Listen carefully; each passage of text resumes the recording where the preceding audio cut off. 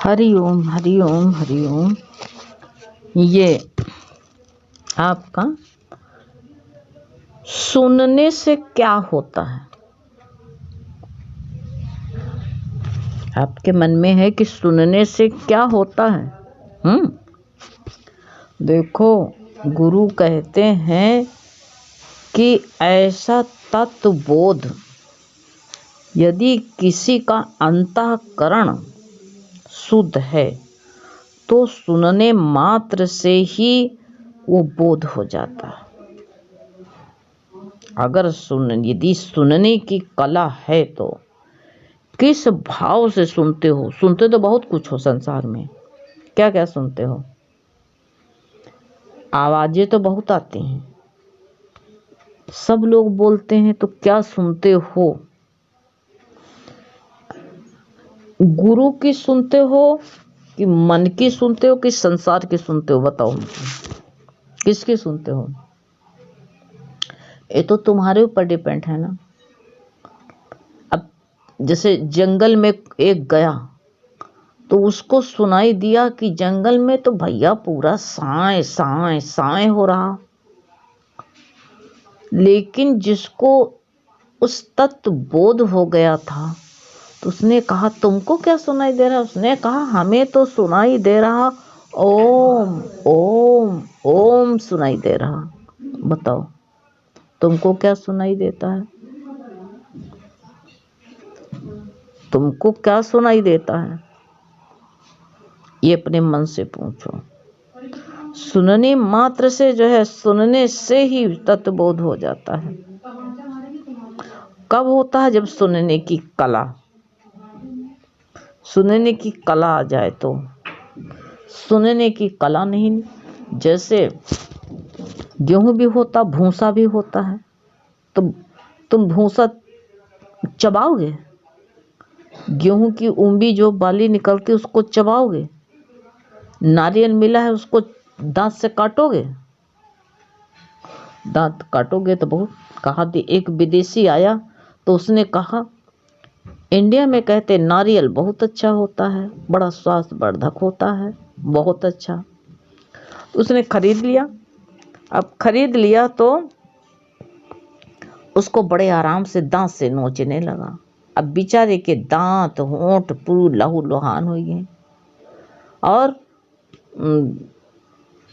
वो जो उसका खोपरा होता है वो भी इतना कड़ा, दांत से कटे ना।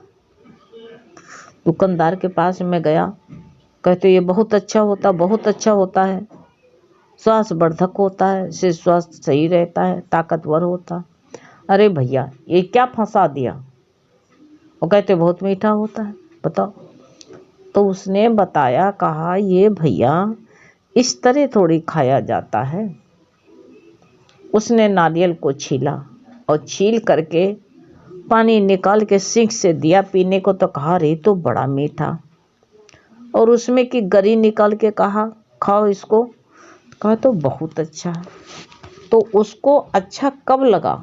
जिसको कला आती थी तो उसको बहुत अच्छा था, लेकिन जिसको खाने की कला ही नहीं थी, जानता ही नहीं था, ऐसे सुनने की कला ही नहीं हमारे पास में, तो कैसे क्या सुन लेंगे? हैं? जब सुनने की कला नहीं तो हम क्या सुनेंगे? उससे कबाड़ा सुन के आएंगे। मेरी दादी कहती थी ना, कान कहे हम राम राम सुनबे,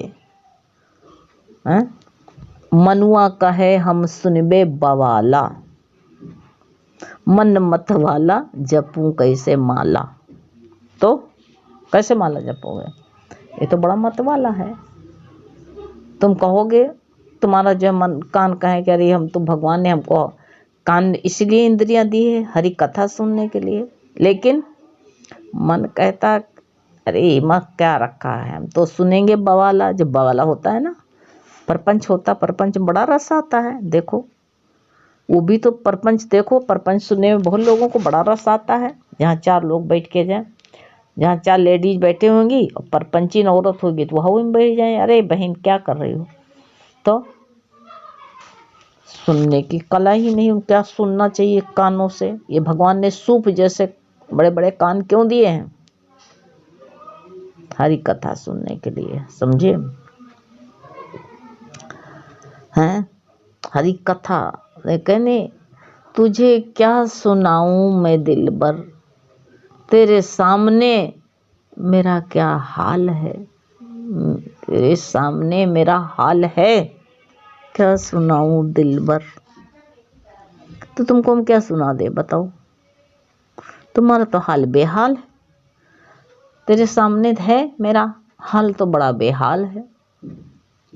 अरे नहीं, कहते सतगुरु तेरी तन शाही, तेरी एक नजर का कमाल है। अगर उसकी नजर पड़ जाए, जिस पे नजर पड़ी वो तो माला माल हो गया, उसको सुनने की कला आ गई। फिर वो जिसमें रस आता वही तो सुनेगा। अच्छा, जिसकी बात तुमको जिससे प्रीत है उसकी बहुत और सुनाओ, और सुनाओ कहोगे ना। उसकी बात तो नहीं पूछते हो कि हम कैसे सुने, कैसे सुने। नहीं, सुनने की कला जो बताते हैं, सुनने मात्र से बोध हो जाता है। कब बोध होता? जब अंतःकरण शुद्ध होता। तो सोच लो, यदि सुनने की कला तब आती है, किसी को ज्ञात है तो आत्म ज्ञान के लिए किसी जप तप योग ध्यान समाधि की, कर्म कांड की, हठ योग की और भक्ति आदि की कोई आवश्यकता नहीं है। सुन लो, अगर सच्चा सुनने की कला आ जाए तो ना, तो क्या करने का? ये सोच लो, गुरु का वचन कितना कीमती है। कितना कीमती है बताओ। इतना ज्ञात कर लो, इतना याद कर लो, तो आत्म ज्ञान के लिए उसको कुछ जो सच्चा, जो एक बार तेरी कहते एक नजर इन कानों में जो रसायन पड़ गया, तो फिर और कुछ सुनने की जरूरत नहीं। और उसे किस तरह बताएं तुमको? कहें किससे सुनाएं, क्या चखा जिसने वही जाने। क्या बता दें हम, क्या बताएं तुझसे? हम क्या बताएं दिलबर, तुझको सब कुछ पता है। भगवान से बताने मत जाओ, उसको सब पता, तुम्हारे दिल की वो जानता है। तुम्हारे दिल में ऊपर से तो हम कुछ भी कह सकते हैं, लेकिन दिल के सारे हाल वो जानता ही है। वो तो जानता है दिल का हाल, सब कुछ जानता है। बताने उसका वो हाल बताने का या सुनने का, उसके लिए क्या करोगे? कुछ करना पड़ेगा? कुछ नहीं करना पड़ेगा। आत्म ज्ञान के लिए किसी जप तप योग की जरूरत नहीं।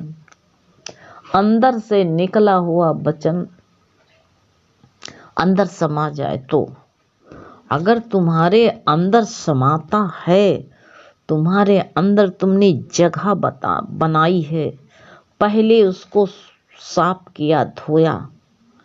गुरु कहते नहीं है, कुम्हार के वहां से हंडी भी लाते हो तो क्या ऐसे पानी पी लेते? उसको पहले धोते हो, मट्टी वट्टी निकालते हो उसको, तब उसमें पानी भरते हो, तब ठंडा मिलता है तुमको। ज्ञान के लिए कुछ की। अच्छा ये बताओ, कोई बच्चा जो टॉपर है उससे कह दो क्या तुमने जप किया था?